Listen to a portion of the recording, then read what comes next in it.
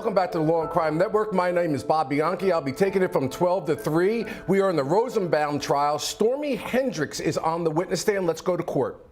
Okay, welcome back. Timing is everything in the trial world. You never know when it's going to begin, when it's going to end. But it's a great opportunity to bring on my guest, the Law and Crime legal analyst, the great Rossi war room veteran, Gene Rossi. Welcome to the show, Gene. Good afternoon. Good afternoon. So what's going on here? They're calling these witnesses from these schools, establishing that the child or children were not enrolled in it. Good witnesses for the prosecution because it rebuts part of her statement to the police, no? Oh, absolutely. And yesterday we had the director of the gymnastics program that was saying that they treated the daughter with dignity, safety, respect. And now you have people that are also testifying today to rebut the allegation by one or both of the parents that somebody else did it, basically, whether it was a chicken wing or somebody else. Yeah, and Gene, part of this case, the defense came out of the box indicating that this was an injury, the ultimate injury that killed the child, the transected pancreas, if you will, was the result of her trying to perform CPR and the Heimlich maneuver when she was choking on a chicken nugget of some sort. So that 911 call, I think, is going to be kind of important to kind of hear the way she sounded when she called them. What do you think? Right, and I haven't heard the 911 call, Bob, but I got to tell you, and you and I have had cases on this show where the 911 call by the defendant is actually, even though they tried to be exonerate themselves, the tone of voice, how they answer the questions, and just the lack of empathy and emotion that you would normally hear, that's more devastating than an eyewitness. Well, Gene, I have heard the 911 call because it is on some news outlets that's out there, and I think our producers are going to try to get that together for us. I think it's kind of a compelling piece of evidence, but something that I noted that I thought was interesting, you're right. We have had cases with 911 calls. The Priest murder case that I tried, my first witness out of the box was to get that 911 call out because it was a compelling piece, a riveting piece of evidence. And it's striking to me the prosecution did not do that as of yet. Now, they may do it, but it could be because she's asking the 911 operator, how do I do CPR? I'm trying to do it. She's getting instructions on how to do it. And she indicates in that call, I can tell you that I think I may have harmed the child trying to help her. That's not good testimony in my mind for the prosecution. It may explain why they haven't introduced it at least yet. Well, it goes back, Bob. Well, how's her tone of voice? Mm-hmm. Does it sound like the questions by the defendant to the 911 person are self-serving? It all depends. Right, Gene. Oh, absolutely, definitely. And another riveting part of this case, Gene, is the whole, youth services, they call it different things in different places, that are supposed to be watching out for these children. And we had one of those witnesses, Samantha White, on yesterday, and just slipped through the cracks. Essentially, what they're saying here is that these two people should never have even had these children to watch and foster care over in the first place. Let's take a look. Okay, so Samantha White, the foster care manager for these children, Gene, prosecution is putting the pieces together and building a sad picture of a child who is just really being tossed around all over the place, and every now and again gets to be with her grandmother. Yes, but I gotta stress this though. Just because the family services case manager, their process, things fell through the cracks, does not mean that they did what they allegedly did to the child. Two different issues. It just shows that the services people dropped the ball. But I want to go to a witness maybe from yesterday or 2 days ago where a nurse, a neighbor, told the defendant to take the child to the hospital emergency room, and the mother didn't do anything for at least 2 hours. That was very bad testimony for the defendant. Yeah, and there's and the doctors that were taking care of her were also noticing things. People were noticing all sorts of issues, at least now in hindsight, they're looking at that, Gene. So, I mean, you see, again, a neglected child, and the child's got a lot of injuries. But my question is, can they date those injuries and in whose care the child was in at that time? That's where the rubber meets the road. If they can't pinpoint that the bruise, the scrape, the raccoon eyes, if they can't pinpoint exactly where it occurred, how it occurred, then that inures to the benefit of the defendant. Right, yeah. Well, it's an interesting trial, and both lawyers are going at it tooth and nail on both sides. Well-argued case. Let's listen to a little bit more of Samantha White's testimony. Samantha White was the foster care manager. Gene, what is the value of this testimony, and where's the prosecutor going with these questions? Well, I don't think it's a home run, Bob. I just think that, they went through a process, and the defendant and her husband made some statements, and they relied on them. I don't think it's a home run. I really don't. Something I found interesting from the research that I was doing on this case is that the defendant, Jennifer, was in foster care, I believe, at some point in time, and that would have been an exclusion for her actually fostering these children, but they never did a background check on her maiden name. I mean, a huge seems like deficit here in terms of how these kids wound up with these two. Well, it does show that they didn't cross their T and dot their I in evaluating the couple, but I don't know if it moves the ball greatly on proving that they took the life of the child. Gene, real quick, what's the number one piece of evidence that you've heard so far in this case that's most compelling to you in terms of the prosecution's successful prosecution of this case? Yeah, that one's easy. The nurse who said, "Take your daughter to the emergency room." She had the raccoon eyes. Take your daughter to the emergency room right now. And the mother waited at least 2 hours.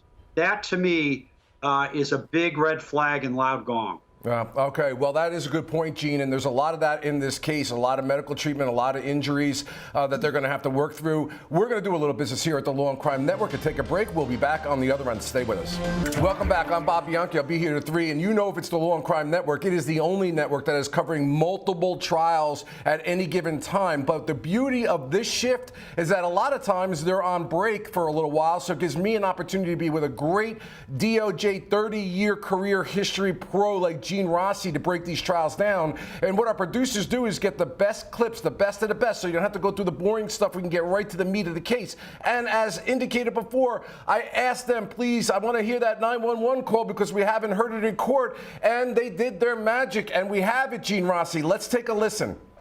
What's going on there? 788 radio code 1. I have a toddler, a foster daughter that I just got. She was choking, and I tried to do the Heimlich on her, and she's still breathing, but it doesn't look good. And we didn't drive. 111, we didn't drive.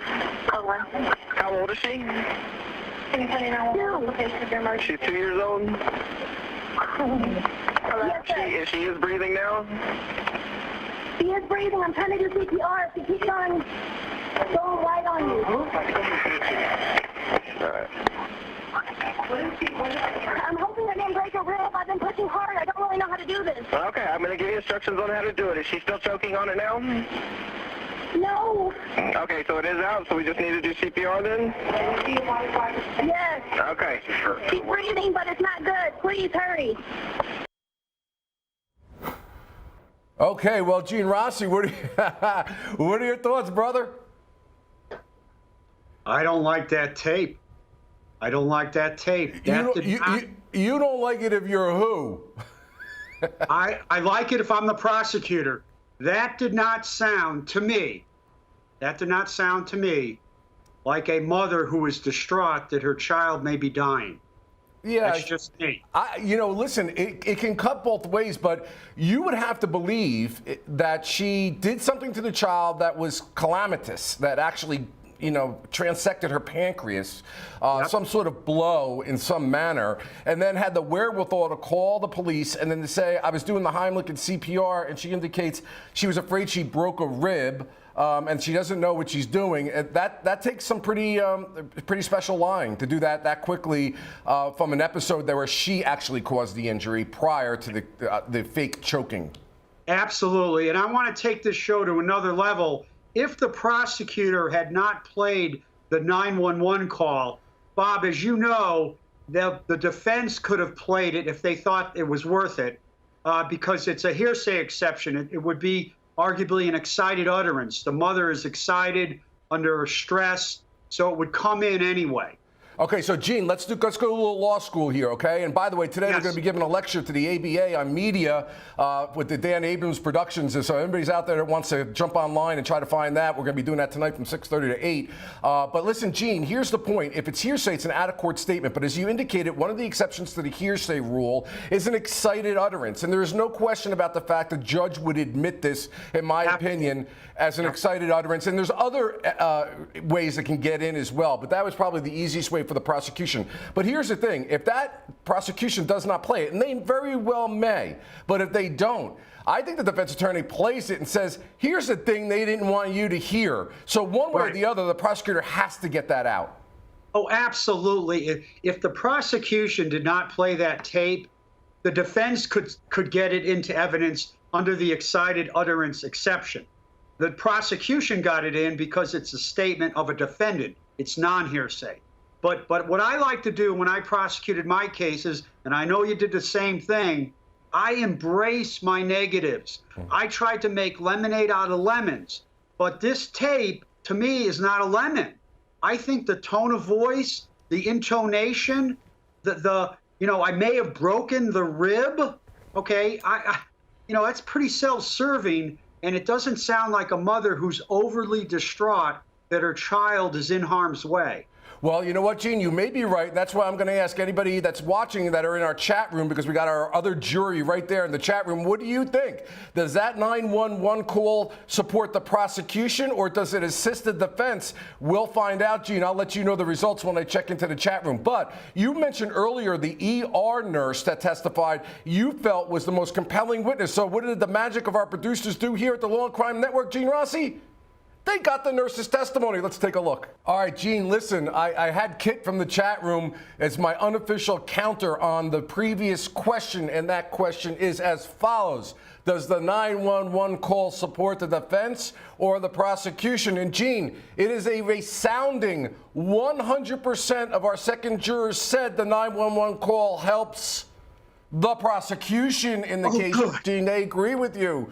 Give it to Rossi. Just like in the basketball days, Gene, you got it right once again. But my heart was pounding, man. My heart was pounding. Yeah, and I want to thank Kit from the chat room for doing that for me. She's great, and all the chatters, of course, that are in there. It's always great to watch their commentary, because I really believe, honestly, if I were trying a case, I would have one of my people, if this was being broadcast on the Law&Crime Network, literally go into that chat room and watch what these folks are saying, because it's very, very perceptive, and it can give you a great indication where most of the time, Gene, right, we're in there trying to wonder, what is the jury thinking? I wonder if it's going over well or it's not going well. What did they think of that witness? Well, there we have our second jury right there at the Law&Crime Network. Gene, back to the nurse's testimony. Why did you find it so compelling? Well, we didn't get to the clip that I found compelling, where she said 2 hours later, this nurse saw the car still in the driveway. So the mother just waited at least 2 hours to take her to the emergency room after the nurse said, you take her there immediately. Yeah, and I think in this case, there's also another instance where the broken leg instance, the doctor was like, get to the emergency room, immediately. And then she actually, maybe a day or two later, took her to another doctor. But what is it showing? Like, what does that necessarily mean with respect that she doesn't follow those instructions? It goes back. We had that case from Wyoming. It was Cheyenne and that other guy and her husband. Remember that? There were 2 children, and one child they neglected. The other child had a beautiful, clean room. It shows neglect. It shows indifference. And I doubt the charge is premeditated murder. It's probably second degree or manslaughter, reckless indifference, deliberate ignorance. And that is definitely reckless indifference or reckless disregard and deliberate indifference. And those are the elements that they have to prove.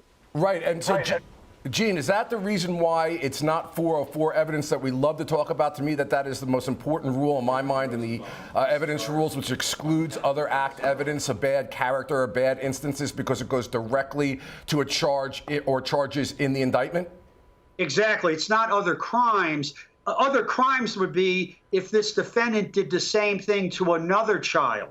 That would be 404. But this is intrinsic. This is part of the whole operation, the way she treated that one child. It's not other crimes. Gene, talk to us a little bit about what you think the defense is doing or how they're doing in this case in confronting this evidence. Well, I saw the cross-examination by the woman attorney yesterday of the gymnastics person, and I think, and also the sister of the young girl who died. And I got to say, they're doing the best they can. This is a difficult case. I always say it's like poker. You're dealt cards. They're playing their cards as best they can. It's a tough road to hoe for the defense. Okay, tough road to hoe for the defense, says Gene Rossi. We're going to do a little more business here at the Law and Crime Network. Don't go anywhere. If you want to miss these pithy comments from Gene Rossi, then you go. If you don't, you stay. I hope you stay.